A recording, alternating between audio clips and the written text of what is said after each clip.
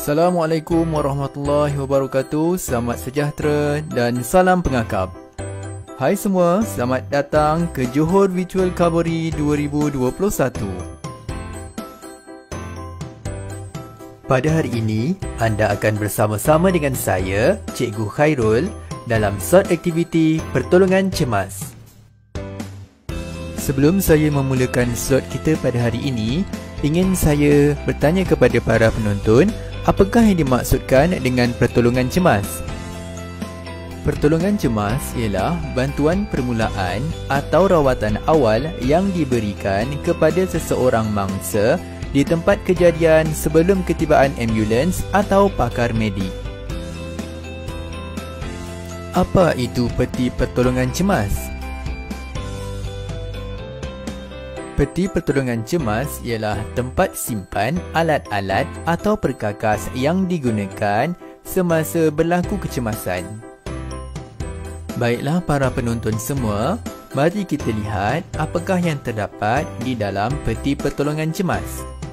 Sarung tangan pakai buang digunakan untuk mengelakkan jangkitan bakteria ketika mengubati pesakit.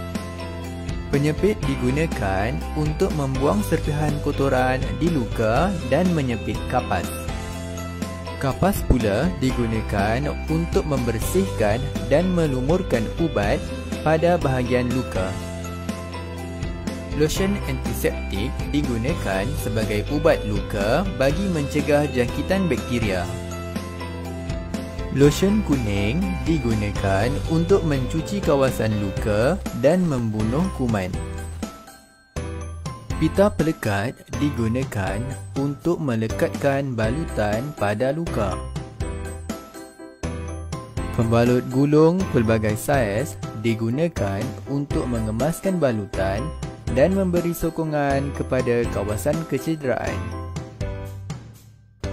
Gunting pula digunakan untuk memotong pembalut gulung dan pita pelekat. Pembalut tiga segi atau kain anduh digunakan untuk membuat anduh dan balutan di tempat kecederaan. Pin penyemat digunakan untuk menyemat anduh atau balutan. Pita luka digunakan untuk membalut dan menutup bahagian luka kecil. Paracetamol merupakan ubat yang digunakan untuk sakit kepala dan demam. Minyak angin pula digunakan untuk meredakan sakit kepala, hidung tersumbat dan ketidakselesaan perut. Dan alat yang terakhir ialah termometer yang digunakan untuk mengukur suhu badan pesakit.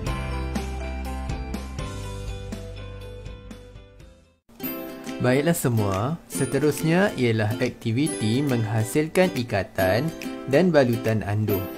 Mari kita tonton video penerangan tentang kegunaan dan cara membuat anduh.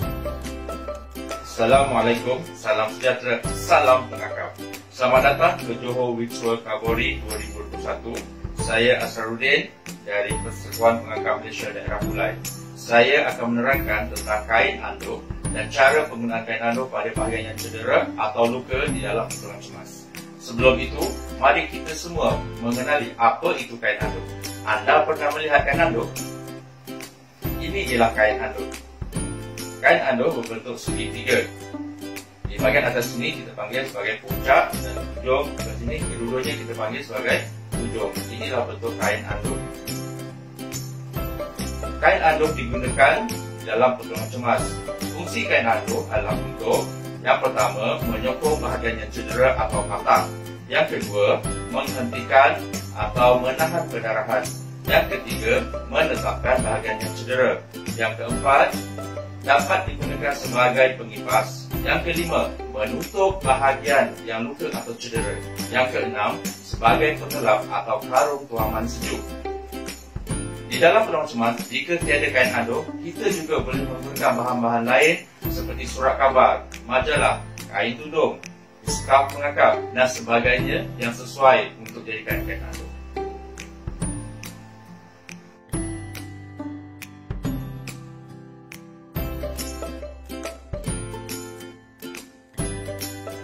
Satu situasi yang sering berlaku ialah patah tangan. Bagaimana kita hendak menyelamatkan mangsa yang patah tangan daripada mendapat kecederaan yang lebih teruk? Saya terangkan cara-cara menggunakan kain ando untuk merehatkan bahagian tangan yang tercedera atau patah. Yang pertama, pastikan mangsa dalam keadaan agak selesa. Yang kedua, kita ambil kain ando dan kita ambil bahagian hujung dia. Hujung yang pertama kita letak di bahagian bahu kanan. Kita ambil tangan yang patah perlahan-lahan dan letakkan di bahagian dada. Kemudian ambil hujung yang kedua kain ando dan letakkan di bahu kiri. Kita akan ikatkan di bahagian belakang. Kita akan menggunakan ikatan buku sila.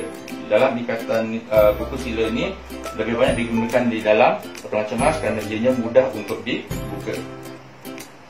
Untuk mengikat buku sila ada lagunya. Kiri atas kanan, kanan masuk. Kanan atas kiri, kiri masuk. Selepas siap diikat, kita kemaskan kain ando kita.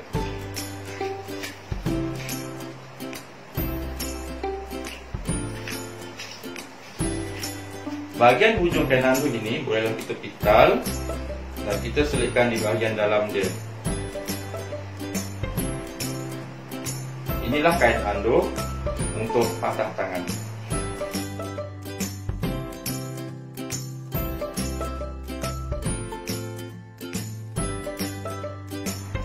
Jika ada kecederaan di bahagian kepala, kita kena hentikan dahulu pendarahannya.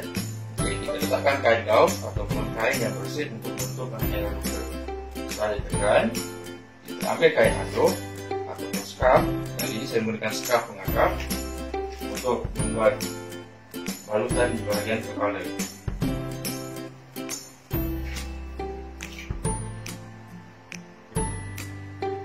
Silangkan di bahagian belakang dan tarik semua di bahagian hadapan. Bahagian hadapan kita akan menggunakan ikatan dia, menggunakan ikatan buku sila.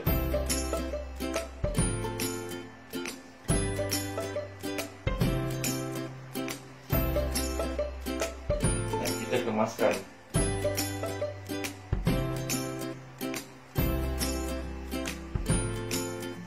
Bahagian belakang juga kain yang terlebih ini kita kemaskan.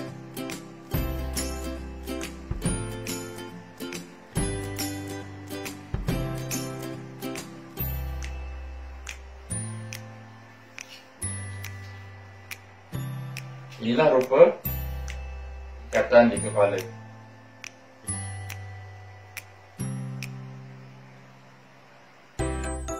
Baiklah penonton semua, bagaimana dengan penerangan tentang pertolongan cemas tadi?